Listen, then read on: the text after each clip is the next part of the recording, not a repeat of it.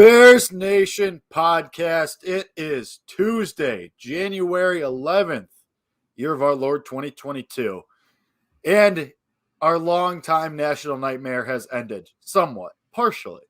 We're not here to talk about the Vikings game. Who cares? It's over. Nobody cares about that anymore.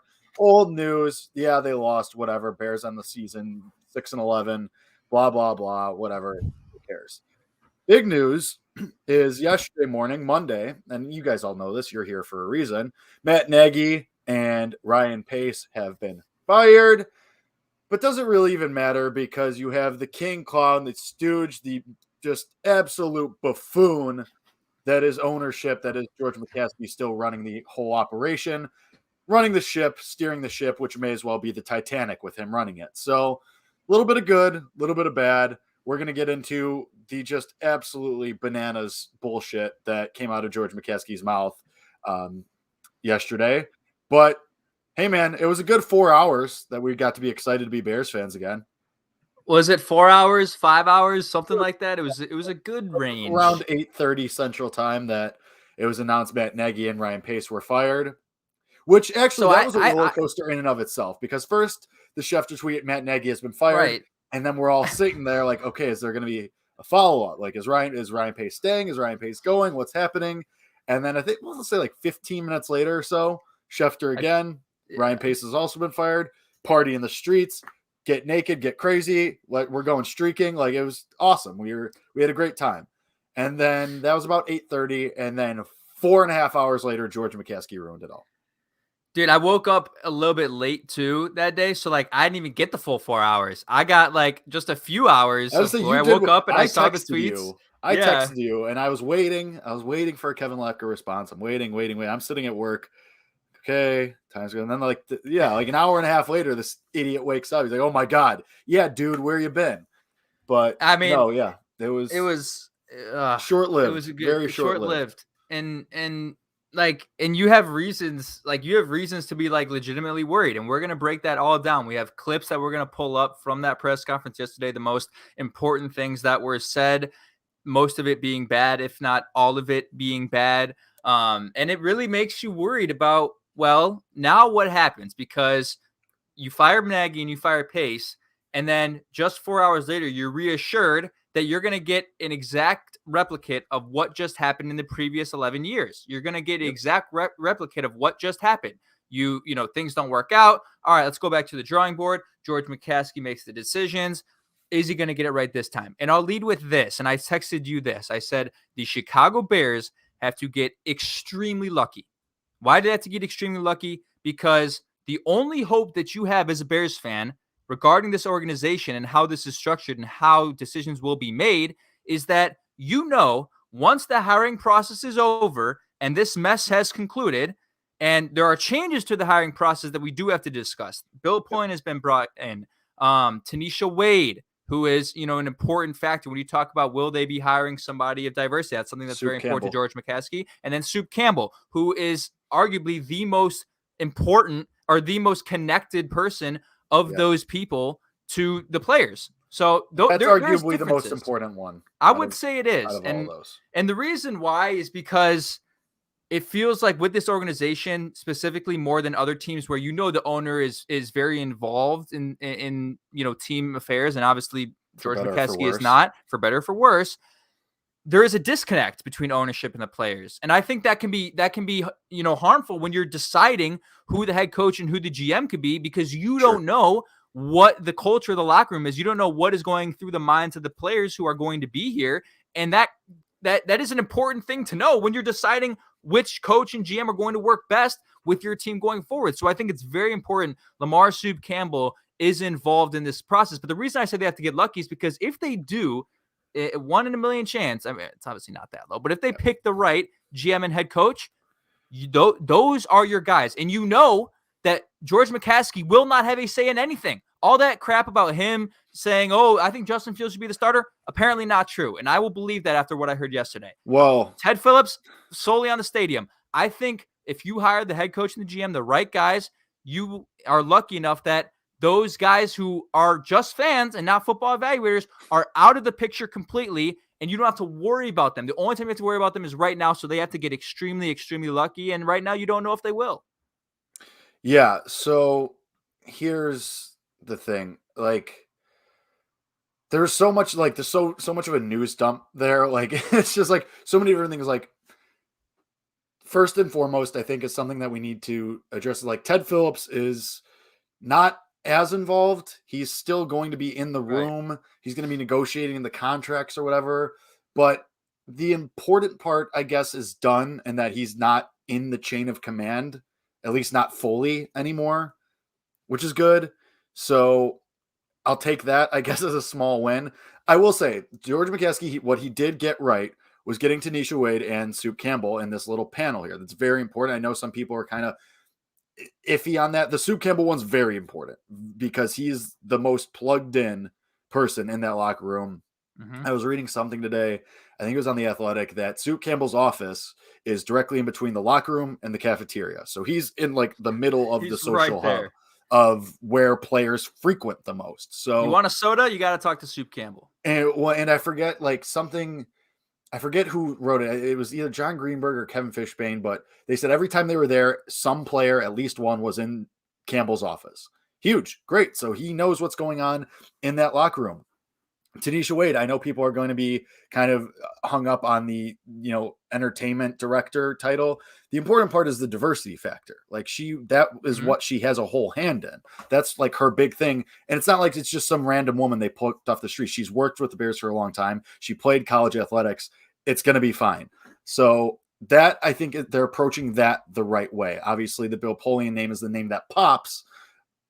Not sure. How do you feel about it? How do you feel about it? I mean, there's positives, there's negatives. The positives are he went to 4 straight Super Bowls with the Bills. He did what he did with the Colts. He hired Tony Dungy. He has experience hiring the right people. The negative is he hasn't done it for 10 years. He's out of the league. He said Lamar Jackson shouldn't be an All-Pro when he was an MVP that year. So how do you evaluate that based off of what we know?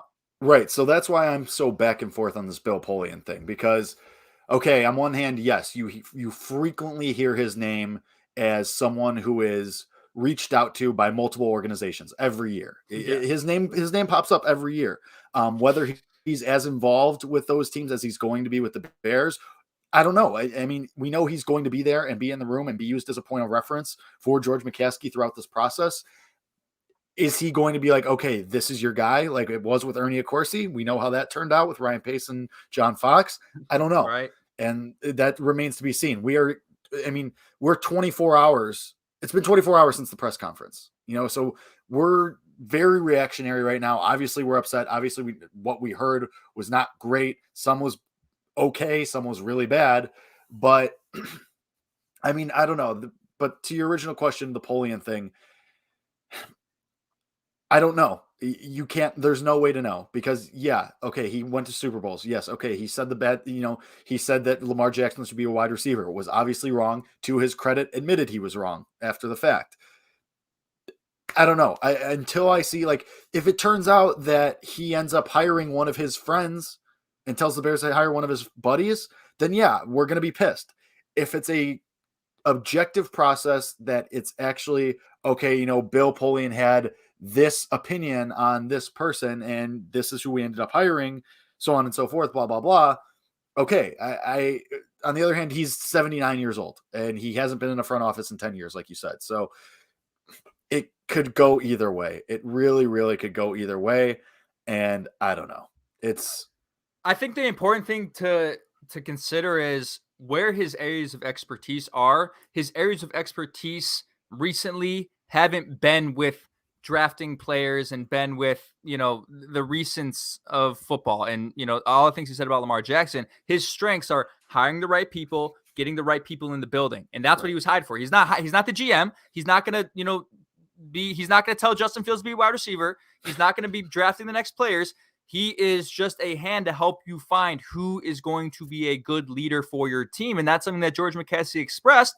And I don't know if it was kind of a shot to Matt Nagy, but he said, we are looking for leaders. That's the most important thing we're looking for. We're looking for someone who can lead the team and lead the organization.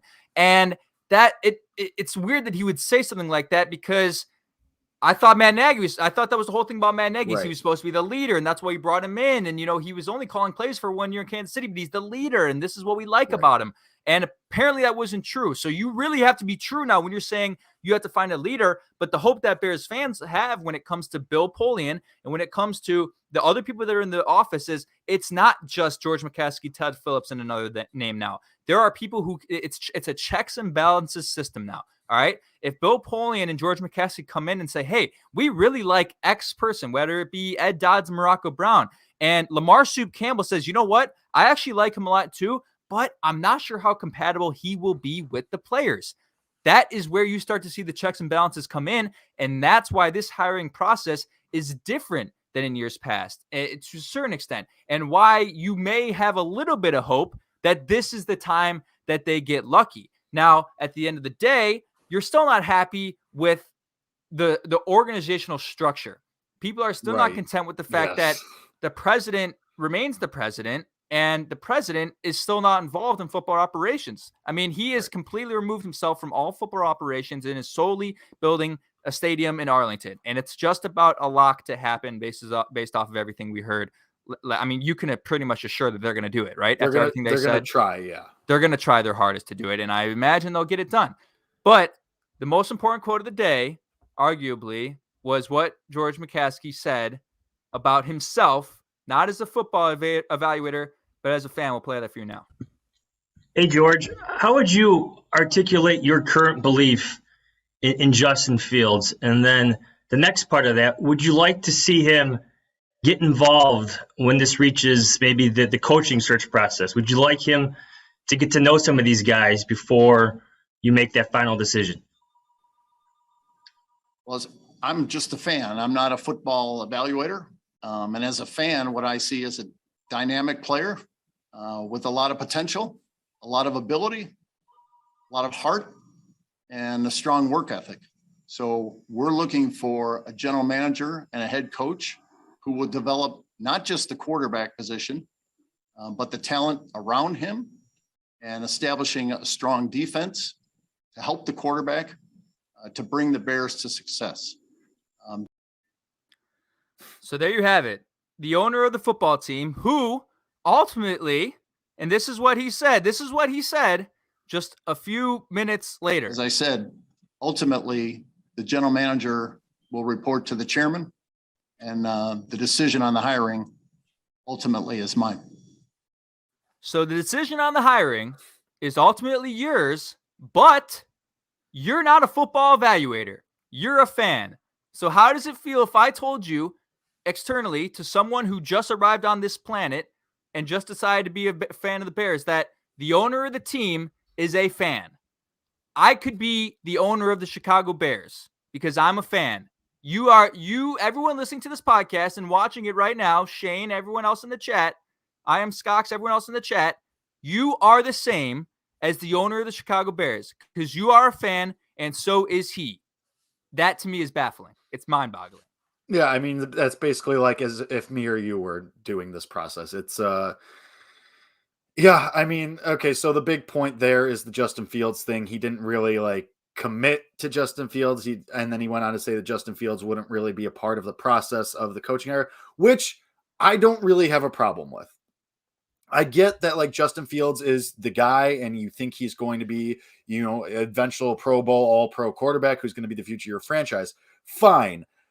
But I do think that there's something to be said with not having a second year quarterback, decide who a kid who decision. Right. He had a losing record this year, had some ups and downs, in a nutshell, objectively, black and white, what George McCaskey said is true. Justin Fields is a dynamic player with a ton of potential. That's true. He didn't prove anything. He's not there isn't, he's not Aaron Rodgers, Russell Wilson, where they're going to sit there and be like, okay, we need this guy. Right. Yeah. Ideally you get in a coach who can work with Justin Fields. And I think that, he might not have said it outright, but when you're interviewing these people, you're going to be asking hey, how do you feel about Justin Fields? Yes, George McCaskey said if they have negative feelings about Justin Fields, it's not going to exclude them from the job. But you're going to be more inclined, giving what you gave up and what you saw, from Justin Fields. Granted, the general manager that picked him is not there anymore, but you're going to be more inclined to bring in someone that is excited about Justin Fields and says, hey, I can do this, this, and that with Justin Fields, and this is how I think we can put him in a position to succeed. You're going to be more inclined, even if it's on a subconscious level. Like, No, you're not going they're to go not. on it subconsciously. I'm saying, like, you know what you invested in Justin Fields. Right. You invested 2 first-round picks essentially in him. So Right. you know what you invested. You know the situation you're in with a young, dynamic quarterback on a rookie deal.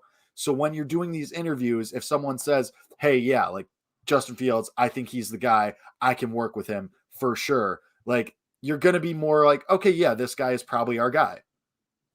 Are you sure about that? Because here's what he said about exactly that. And I think this question stemmed from our guy, Adam Johns, who actually asked the last question that we just played, friend of the program, Adam Johns. And then David Haw followed up with that. And this is what George McCaskey had to say about exactly what you're talking about.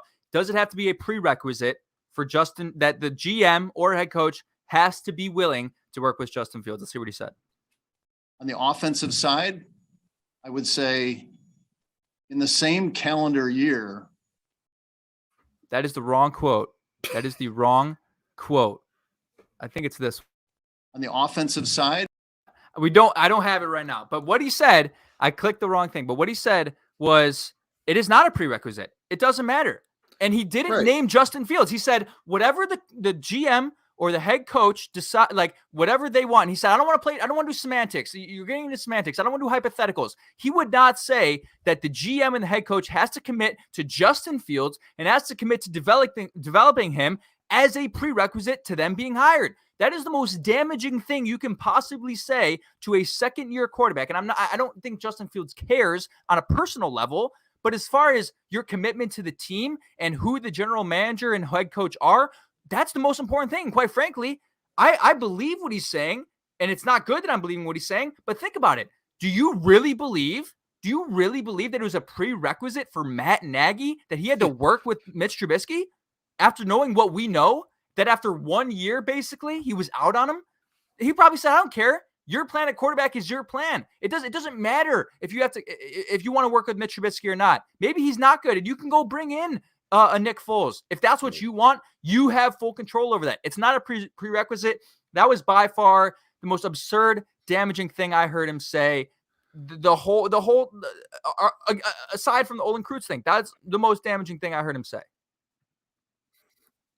I mean, how do you not say? So how do you not openly say Justin Fields is our guy, and you have to be willing to work with him if you want to be the GM of the Chicago Bears? To play is it that hard? Other side of this coin, I get trying to be ambiguous and not try to immediately cut off, maybe let's say 20% of your potential candidate. That's also how this organization works. They always, keep all options open. Okay, we're not going to immediately, because also think about it. Like, based on other things that were said in that press conference, I very much got the feeling, and I was talking with Joe Ostrowski about this too, like, there's very much the feeling that George McCaskey wrote that up, wrote his whole thing, had all his talking points, and did not show it to anybody else. That he went up there and was like, and didn't talk to Bill Polian or anyone else on this panel that he's put together or any players. We know he doesn't talk to the players anyway, but I think there is very much the sense that George McCaskey had his talking points. He knew what he wanted to hit, and he didn't talk to anybody else about it. Very much got that feeling from that, based on that and other things. Now, he might have walked back behind that backdrop, and Bill Polian smacked him in the mouth, said, what are you doing? We don't know what happened immediately after that. Yes, I understand wanting to be ambiguous with the job because the job's been open for 5 hours at this point. So in a whole over, like an umbrella sense, why kick out guys before you even interview them? Because you don't want those guys anyway. That's why. You want to eliminate the 20%. The other side. I agree. I agree with you. You want someone who wants to and is excited about working with Justin Fields. However, part of the problem with the Matt Nagy era is it was already understood that you had to work with Mitch Trubisky for at least a year. So to try and rectify that in this part of the process and maybe cast a wider net, even if you don't, in the likely event you don't hire one of those people that maybe isn't as lukewarm, let's say, on Justin Fields, Like they're That's just worse. doing in my, like, I understand wanting to cast a wide net and do your due diligence on every possible person. You know, like you don't want to cut off options. Yes, you want someone who, again, I agree with you. You want someone who wants to work with Justin Fields, but the job's been open for 5 hours, now 24 hours at this point. You're considering all options. You are casting the widest net possible, which is why you have Doug Peterson on your list. Nobody wants Doug Peterson to coach this team. Does anyone really want Dan Quinn to coach this team? No. But you're casting this net anyway. You are considering all possibilities because that's just what you do when you go through a situation like this. I mean, because the thing is, if you are a candidate as a head coach, like you're also aware that part of the job is going to be to work with Justin Fields. So I don't know why the owner wouldn't just double down and be like, look, this is what needs to be the case, because I don't think you're rectifying anything by widening the net. You're actually making it more likely that you're going to find somebody that doesn't have the patience or whatever it may be to work with Justin Fields, because you might have been blinded by the fact that Matt Nagy maybe was willing to work with him. But imagine if Brian Dable was in the room 4 years ago and how he's worked with Josh Allen. I don't think it's hurtful to go through those interviews and hear what other people have to say, because then I also think this is going to move quickly. Like, I forget who tweeted it a couple hours ago, but they're going to go through video interviews in the next couple days and then move from there into in-person ones pretty fast. So they're going to have these interviews, and probably 9 out of 10 guys that say, oh, I don't know about Justin Fields, 9 out of 10 of those guys are going to kick to the curb right away anyway. You know, I understand at least talking to them then, though. But I don't. Are they going to get kicked to the curb? Are they? More than likely. I mean, you just argue the fact that they might not get kicked to the curb. Right, they might not, but more than likely they do. I think George McCaskey went up there and with a plan to not narrow down anything, which I think why he was so ambiguous about Ted Phillips, which is why he was so ambiguous about relationship with the players, former players. Like, I think this man just went up there to say, okay, Matt Nagy and Ryan Pace have been fired and we're going through a search. We didn't get that many details. Yeah, he ended up giving some details and damning himself a couple times. But, I mean, for the most part, I don't think that press conference was to give us specifics. And for the most part, they didn't. And when is the realistic time frame to have our GM and head coach fired? Or hired, sorry. GM, probably relatively soon. But Jake, I would say within... because coaches, let's assume, because the deeper the playoffs go, the harder it's going to be to interview coaches. So the coach probably not for a couple months. GM maybe. No, that's not true. That's not well, true. Depending on who, I guess it depends on who your candidate is. Right. Well, it depends. Like for argument's sake, let's say you settle on Brian Daboll, but if the Bills go to the Super Bowl, you're not going to be able to announce that hiring until February, 11th or whatever the hell it is. You know what I mean? So it's like the head coach depends more on who your guy is and how far they go in the playoffs. If your guy ends up still, I think you can still. Can you? But I'm just saying it would be a longer process because the interview restrictions become tighter as the playoffs go on. Right. So like let's say your guy is Nathaniel Hackett from Green Bay, the offensive coordinator from Green Bay. They go to the Super Bowl. Yeah, they'll be out in the first round, second round anyway. But anybody though, okay, let's go back to the Daboll then. Leftwich example or Leftwich. Anybody like that. I think like if it's Super Bowl week, you're not going to interview them at all that week. If it's championship week, you're probably not going to interview them at all that week because they're also not going to want to do all these interviews while they're getting ready for an AFC championship game or an NFC championship game or the Super Bowl. And then it's going to be after. GM is probably going to be a little bit sooner. You hope. Now, here's the thing with the Bears and how they're ass backwards and everything that they do. We're hearing a lot more about the coach than we are right now. Well, they said the coach can get hired first. George McCaskey said, if we find our guy, he's going first. Which is insane. Okay. The only thing that I think you could get away with that with Brian Flores because you weren't expecting him to be available.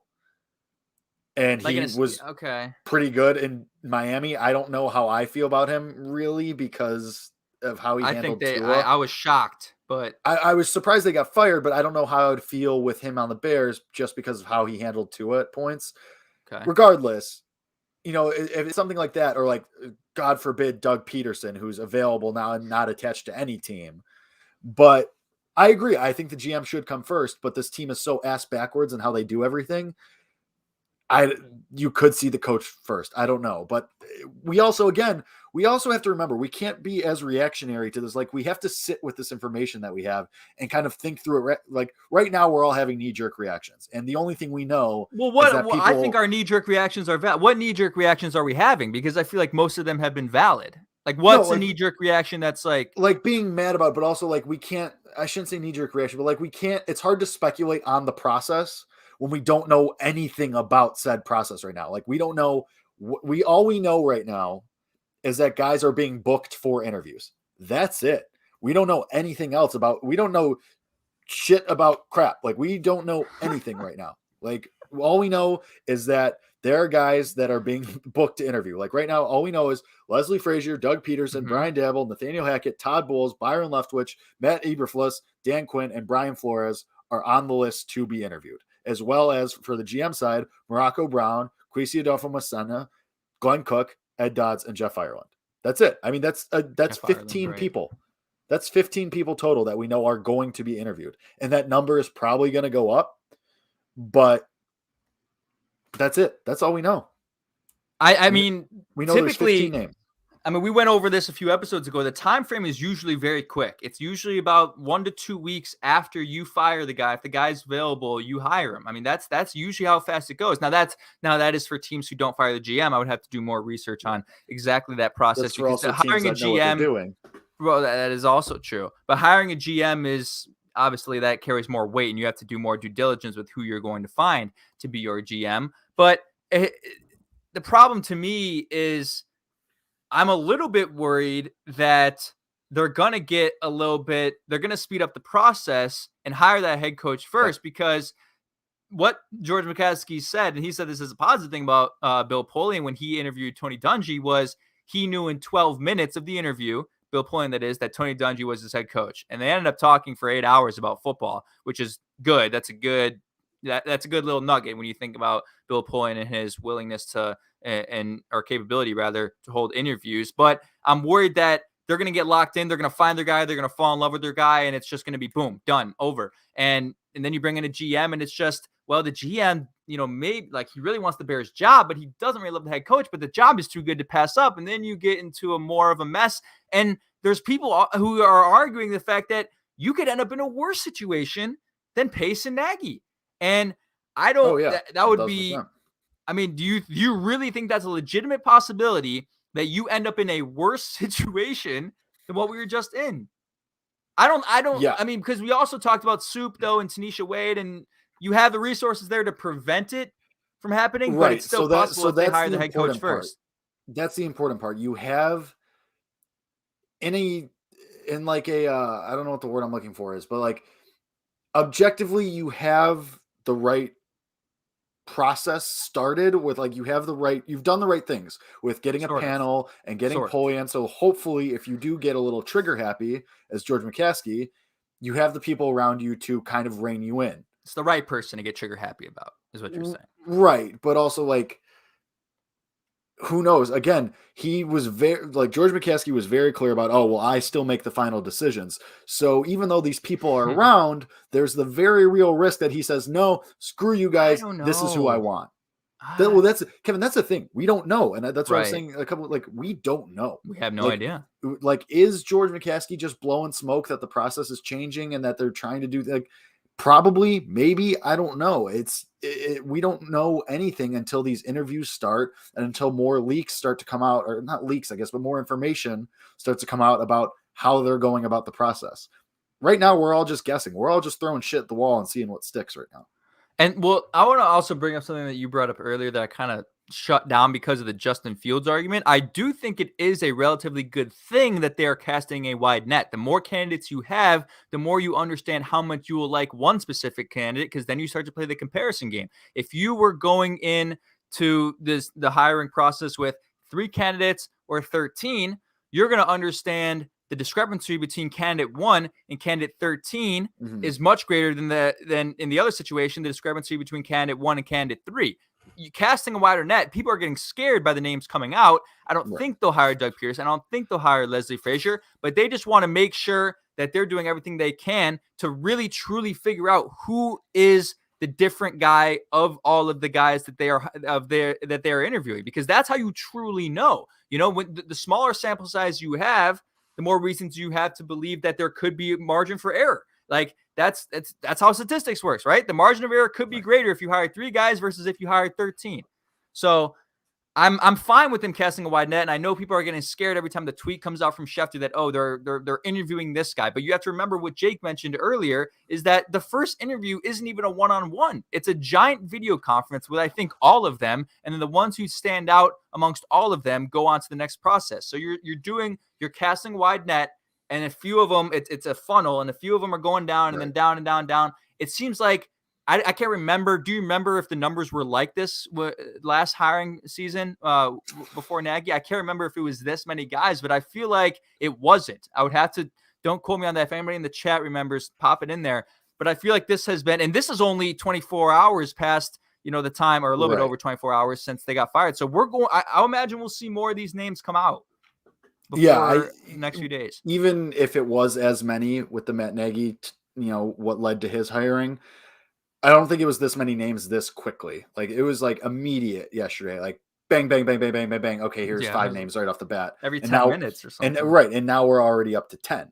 So that being said, I mean, we might as well get into it. Of the 10 guys that have been listed already, so Leslie Frazier, Doug Peterson, Brian Dabble, Nathaniel Hackett, Todd Bowles, Maddie, Quinn, Brian Flores. Let's go with who are your top 3 out of the current list? I'm going to go Dabble, Leftwich, and Flores is who I'm going to go with. Okay. Again, people have been listening to the show for a long time, know my opinions on just hiring the offensive coordinator who has good statistics. For that reason, I don't want to hire Kellen Moore. Now, they haven't put in a request for him yet. I don't know if I want to hire him. I know for a fact Brian Dabble worked very well with a quarterback who struggled immensely in his rookie season, and people were naming him a bust pretty quickly, and that team was in the mud, and he got him out of that very quickly. And this is what you have to and I'm telling you, and I'll reiterate this every single episode until they hire the coach. If you are a fan listening to this and you are trying to decide who you think you want, you have to look beyond ProFootballReference.com team rankings, offensive points per game. You have to look at the situations like a Brian Dabble and how he developed Josh Allen. You have to look at the situations of how these coaches are leaders, because that's obviously what George McCaskey values as well. I think Byron Leftwich is a good leader. From everything we've heard from players who have played with him, from everything we've heard, he's a good leader. And then Brian Flores, that's another example. Now, there's other issues to be had there when you talk about how he handled the Tua situation. And then there's the argument that, well, is Tua really as capable of a player as, Justin Fields is? But I don't really think that should matter. As we know with Mitch Trubisky, if that's your guy, you have to stick with your guy. Don't mess around with Ryan Fitzpatrick. Run with it. And Flores kind of played the Nagy game. When you talk about Dalton and Fields, it's almost like the same exact thing with what Flores did with Tua and Fitzpatrick. But those 3 guys, and Brissett this year too.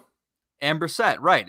So that scares you a little bit. But I think those 2 guys jump out. Timothy Wire in the chat just asked about Nathaniel Hackett. I would have to do a little bit more research on him. He was a recent name that came up that I think not a lot of us were expecting. Also, it's easy when you have the back-to-back MVP to look pretty good too. Exactly. And that's why I'm not going to look at that name and look at what he's associated with and immediately jump out as that being a prime candidate. I have to do more about how does he develop players? Who is he as a leader? All those other aspects matter more. So who are your top 3 though? So here's the thing, that all these guys come with various different warts. even Brian Dabble, I know he's the hot name right now that everyone's like really getting excited about. With the Bills, everyone knew you couldn't run the ball this year, and you didn't fix it. Like, I don't, how did that happen? I don't understand. Leftwich, he has Tom Brady, also worked through a lot of injuries. I mean, obviously Godwin this year, and Evans has been banged up also, and the whole Antonio Brown thing. And even last year they had some issues, but their offense was great for most of the year last year. Flores, the whole quarterback thing, it scares me a little bit. I know he, guided Miami to that, what was it, 8-game winning streak, 7-game winning streak to end the year. But also the first half of the year happened as well. So, that's something that happened with Flores as well. So you can't, recency bias. I don't hate Todd Bowles. And I know people are going to look at his time with the Jets and be like, oh, well, he was terrible. We have to start considering that it's not the head coaches that are failing the Jets. It's just a product of the Jets. Also, you're muted, Kev. But like Todd Bowles has the Jets' best record of the last 10 years at 10-6. Granted, it was 1 year, but I don't hate Todd Bowles. I know we're all kind of like, oh, Leslie Frazier, oh, Todd Bowles, but they're defensive coordinators. It doesn't matter if you can get the right guys. If you can get the right coordinators, that's fine. Like that, I'm perfectly fine with that. Like Kevin said, everyone wants to look to the next hot offensive guy, like the Dabbles, the Hackett's. Todd Bowles and Leslie Frazier have the experience. They've shown that they can do stuff like put together good staffs and have good, assistant coaches. I think my top 3 is probably Leftwich, Bowles, and a tied for 3rd between Dabble and Frazier. Wow. Okay. I'm surprised. And granted, I'm very back and forth on everything with this organization right now. I'm on the fence about if Bill Polian is a good presence to have or not. I'm on the fence about all of these coaches for the most part. I've gone back and forth on Leslie Frazier a million times already, and it's been 24 hours. So I don't know. I think, and here's what's scary. The thing is with the GM out of the 5 names that we have already, it's very scary that we all love Ed Dodds from Indianapolis. Why? It seems like either we're all going to get burned for this opinion or it's going to be a slam dunk. So, I mean, for those who don't know, Ed Dodds, assistant general manager with the Colts, direct partnership, I guess, with Chris Ballard, who obviously famously did not get the Bears job. Ryan Pace got it over him. Chris Ballard obviously has built something very good in Indianapolis. I know people are like, oh, well, they were first round exit last year and they're not that great this year. Yeah, but also he put together a very strong offensive line, has put together very strong coaching staffs, also while handling being blindsided by Andrew Luck's sudden retirement and then dealing with the fallout of that and still making the Colts a playoff team. So, yeah, I mean, it's very scary that we all like Ed Dodd so much, but there's good reason to. Yeah, I mean, I don't mind any of these candidates. And then the Saints guy, what's his name? Blanking on it. Jeff Ireland. Jeff Ireland, yeah. And then there's rumors that, well, Jeff Ireland's going to come in, and so is Sean Payton. And now I don't see a world necessarily where that can happen because Sean Payton hasn't been fired, and at this point, I don't know if he will be. I mean, I like what Sean Payton did with that team. You would be able to compensate the Saints to bring him to Chicago. Really? I mean, you'd have to give up a shit ton of picks and stuff, I'm sure, but I was reading something. If there is a way that you could trade for Sean Payton. Okay. Well, I think people are making that connection because of the smoke around that really has no merit to it. But Ireland has past Bears connections too. Right. And so that was interesting too. Someone, I forget who it was that asked it in the press conference. They asked McCaskey if having previous connections to the Bears would make them more likely to be a candidate. And I think that was a very explicit question as far as whether they'd hire Jim Harbaugh, because that's obviously the biggest name going around. And McCaskey said no. So I don't think that really matters too much, but the thing is, a lot of these names, there's no one on this list other than Doug Peterson from the head coaching standpoint that really, really tremendously scares me. And there's really no one on the GM list that really tremendously scares you either. So as long as we're not getting terrified, we're never more as familiar with GM candidate names as we are with head coach names. We're never as familiar with those names. To be I gotta do more research on them, but I think now we're recording this today, Tuesday, January 11th. More names will come out. So if you're listening to this a few days after the fact, you're like, well, why aren't you talking about this guy? It's because more names are going to come out. These are the 10? These are 10 that we have right now. But I just want to go back to what you said one more time to reiterate it again. Don't look at this binary. Don't have a binary point of view on this where you are going to like it if they are an offensive coordinator, and you Right. will dislike it if they are a defensive coordinator. Because I know a lot of casual Bears fans, or not even casual Bears fans, just Bears fans in general, like see a Leslie Frazier, or they see a Todd Bowles, or they see a Brian Flores, and they see, well, this guy's defensively oriented, get him out of here. You When see you that be- DC next to their name, and Yes. you're like, oh, no. Defense is their specialty, but when you become a head coach, you are the head coach. You are not just solely the defensive Right. coordinator. You work with the whole team. You hire the offensive coordinator. And I think part of the reason why you do like Leslie Frazier, and why you do like Leftwich and Bowles, and specifically Bowles and Frazier, is that they're guys who have been in the league for a while. Why Right. does that matter? Because if you are going to hire a defensive coordinator, this guy has connections with a lot of other teams, and he is going to know who the right offensive coordinator is. And if you do hire the defensive-minded guy, and you do hire a guy that hasn't been an offensive coordinator, then all of your offensive hopes and dreams then fall on the offensive coordinator, which will be, in that scenario, just as important as who the head coach hiring is. So, Right. and that's the other thing, is like, you want to have a guy who's going to come in and have a set staff. And these are his guys. He knows them well. He's worked with them for years. This is boom. He's really content with them. As long as Based it's off not of the Matt Mike Nagy's Zimmer history- line of thinking, and he's not hiring his sons and cousins. Those types of nephews and things. shit. And exactly, like, you're just hiring these guys to give them jobs. Like, have your set staff. Make sure you have the right guys. I think that's really important, because you get caught up, right? Like this, it's a staff for a reason. It's not just one guy on the sidelines. There's 50 of them. It's a staff, and each guy plays an important role. Have you been watching the Hard Knocks season with the Indianapolis Colts, the end season? No. So I've been watching that, and their special teams coordinator has won them like 3 games because they've gotten like 2 blocked punts, and schematically they've been really good on returns. Like, these things matter. So you're going to get caught up in the names, equally get as caught up in how long they've been in the league, who they may know, and who the offensive coordinator may be, where they've been. Those things matter more, because it is a staff, not just a position. It is not just one person running the show. And those people check the head coach too, right? Like, it's a checks and balances system once you have the coach in there. So those things matter. Speaking of teams, I wonder if Dave Tobb's going to get another shot. Yeah. Special coordinator in Kansas City. He always pops up, and he was like, I think he kind of came close. Like, he wasn't a finalist, but he was close to being a finalist last time or something like that.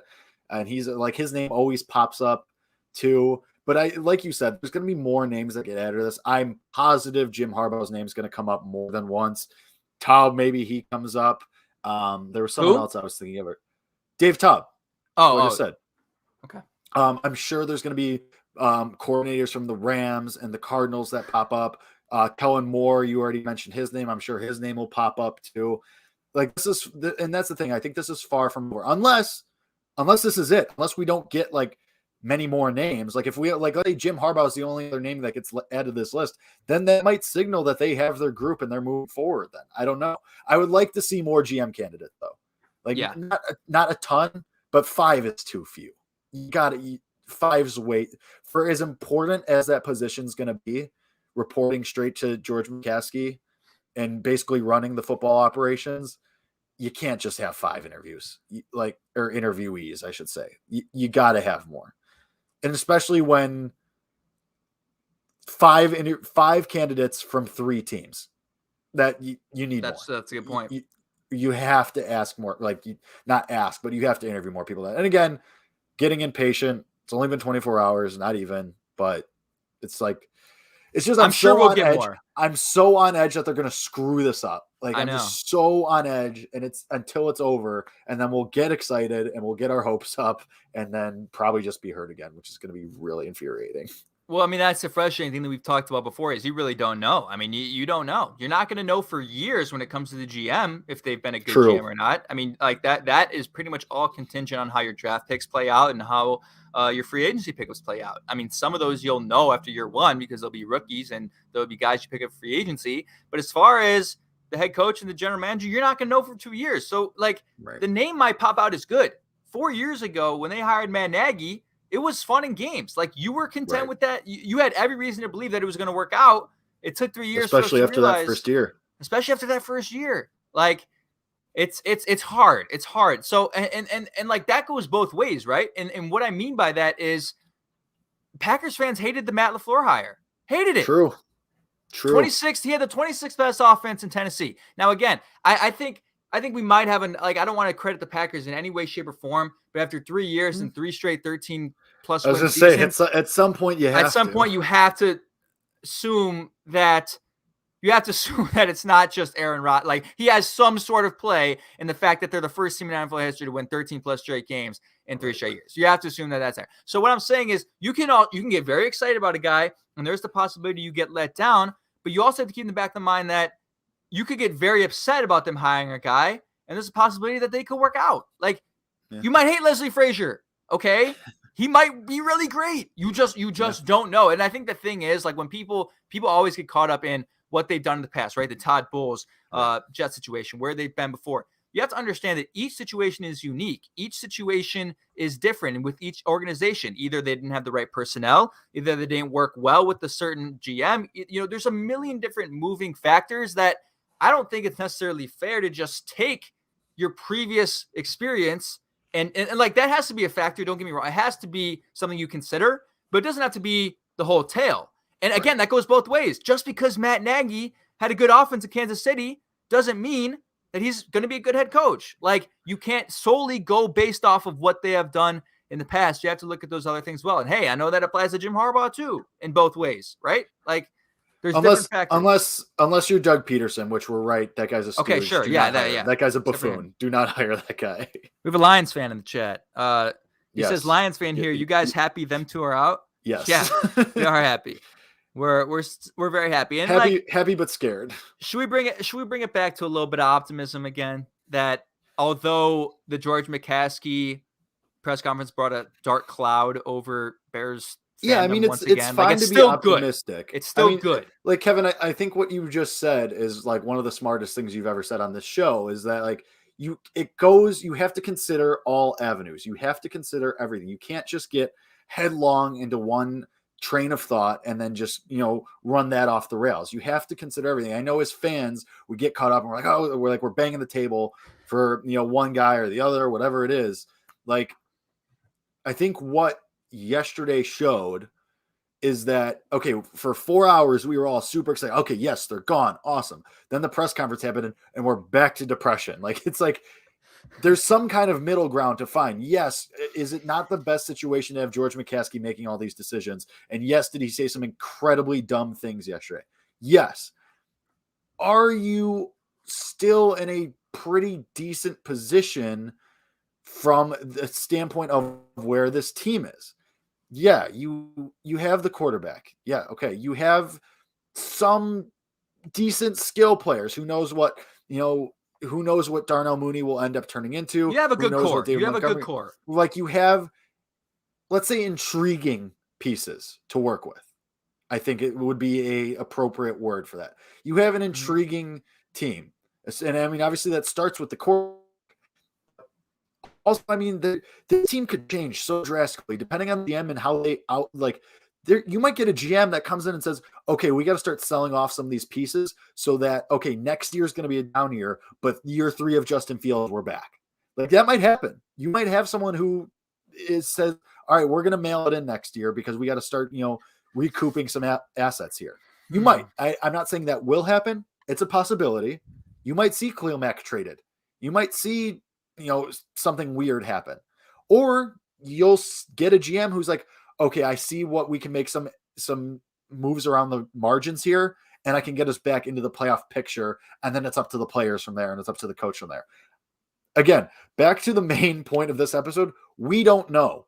We're not going to know really until you get that opening press conference once these guys are hired. Like, until we start to learn about some of these guys and their opening statements whenever they get hired, we're all just guessing. We're throwing darts here. And I think you talk about optimism. You talk about what is the next GM going to do. And I think, I forget who asked this question. I don't remember who it was. It might have been a friend of the program. A lot of friends of the program asking questions at the press conference yesterday. But they asked, they asked George McCaskey, is the GM going to have more of a reload or rebuild type mentality when it comes to how they will evaluate the roster, what they will do in the offseason coming up. And George McCaskey says, I mean, I don't know. I mean, we don't know that until we hire the GM. And I don't think that might not be a question they ask in interviews. Well, are you going to rebuild? That's not really a question you ask. But this is something you want me to bring up, and I'll bring it up to you right now. And it is the 2022 cap space for the Chicago Bears. And it's an important thing to consider. It's an important thing to consider when you look at whether they will reload or where they will rebuild. Because if you look at the time when they hired Nagy, it's a similar situation as far as, well, you got a quarterback going in his second year. There's optimism there. But the rest of the roster was not there at all. And like, you knew that you had to make a seismic shift, and Khalil Mack was that. Ryan Pace was aggressive the moment they hired Matt Nagy. I would not be surprised if, I got to scroll down a little bit. The Bears are right there at 11th. I think they're just cut off a little bit. Given the cap space they have, which listed here is $43 million in projected cap for 2022, 11th in the league, and the core that they have, you mentioned the skill players that they have on offense and the guys that they should extend for a long period of time, that being Roquan Smith on defense, Jalen Johnson, Thomas Graham, Eddie Jackson, who's already on the contract. Some of the other guys in the middle, Kyrus Tonga, Bilal Nichols, Eddie Goldman, who kind of had a down year.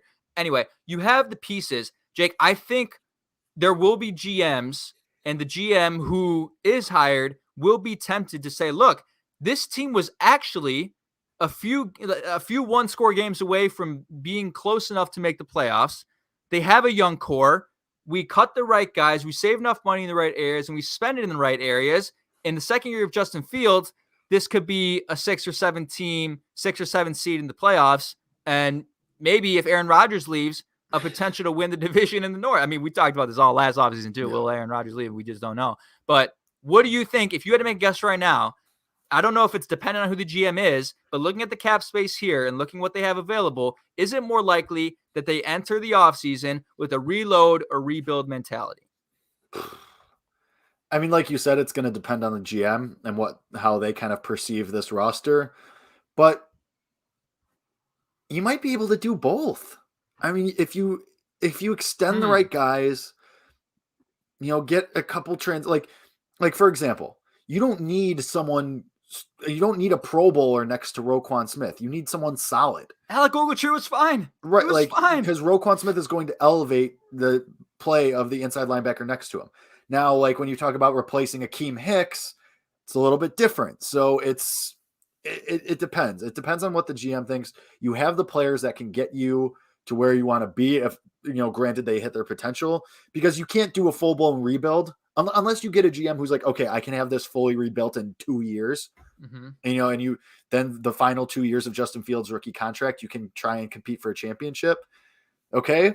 I mean, it just depends. I mean, it depends on what the GM thinks of the roster as it currently stands and what they think they can do with that cap space too that you have. Because you essentially, I mean, you're a couple $100,000 behind Denver in that 10th spot. You're basically have top 10 cap space.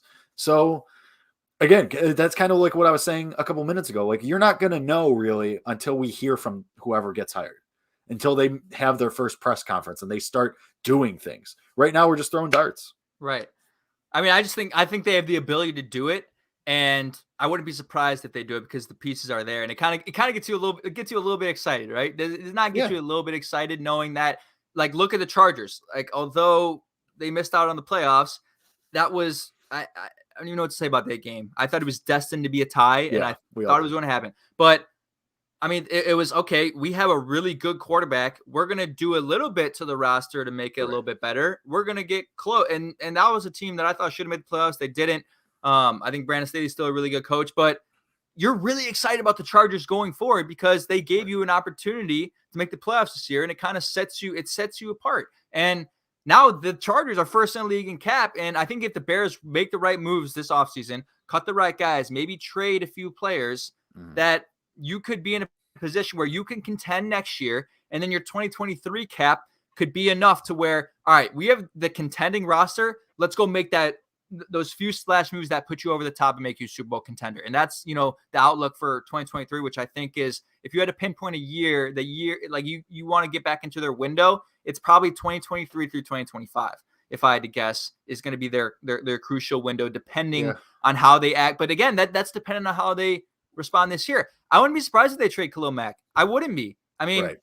like you get your first round pick back. And the reason why I say that is because after seeing what Joe Burrow and Jamar Chase did this year, I mean, you have to believe that Garrett Wilson or Chris Olave, you have to believe that the same thing could be replicated with Justin Fields if he got one of his guys from college. So if they try to find a way to get that first round pick back, they do have the money. And I think it's important you told me to bring that graphic up, because I think there is kind of a notion that the Bears don't have a lot of cap space, that they won't have a lot, and they have a lot of money allocated into, some pretty shitty contracts, not to mince words. And you can kind of clear that up if you cut the right people and if you readjust things. Which again, though, then will be up to the new GM to decide to evaluate some of these contracts and some of these players.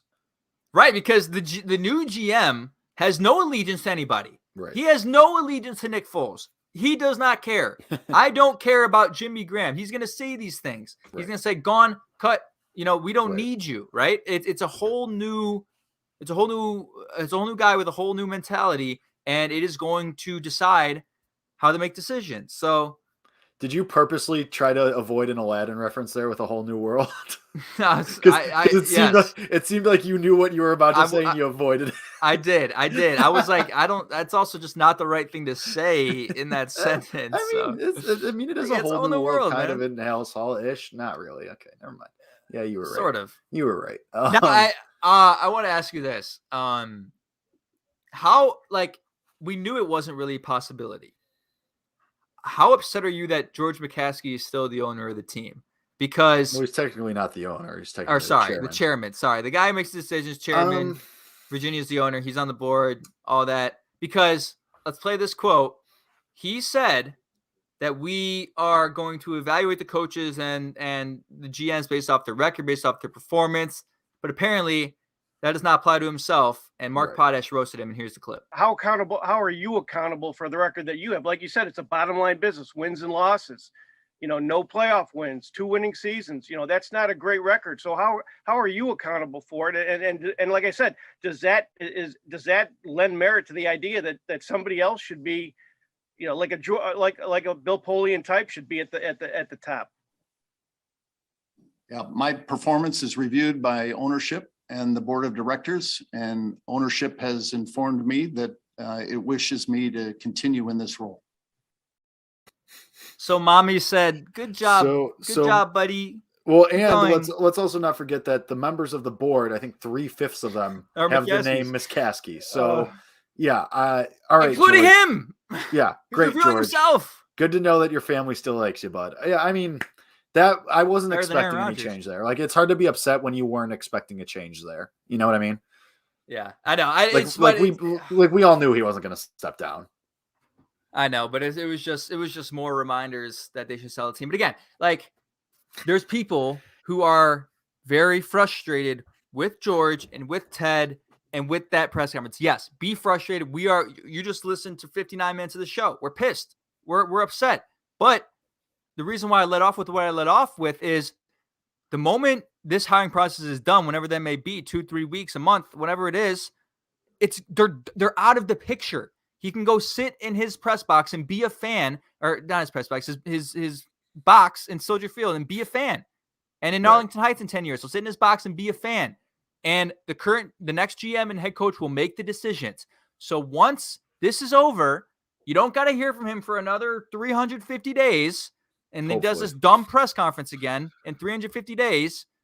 I mean, he's going to do it every year, regardless of whether he's a new head coach or not. Probably. I don't know why he does, because it's just not great for his reputation.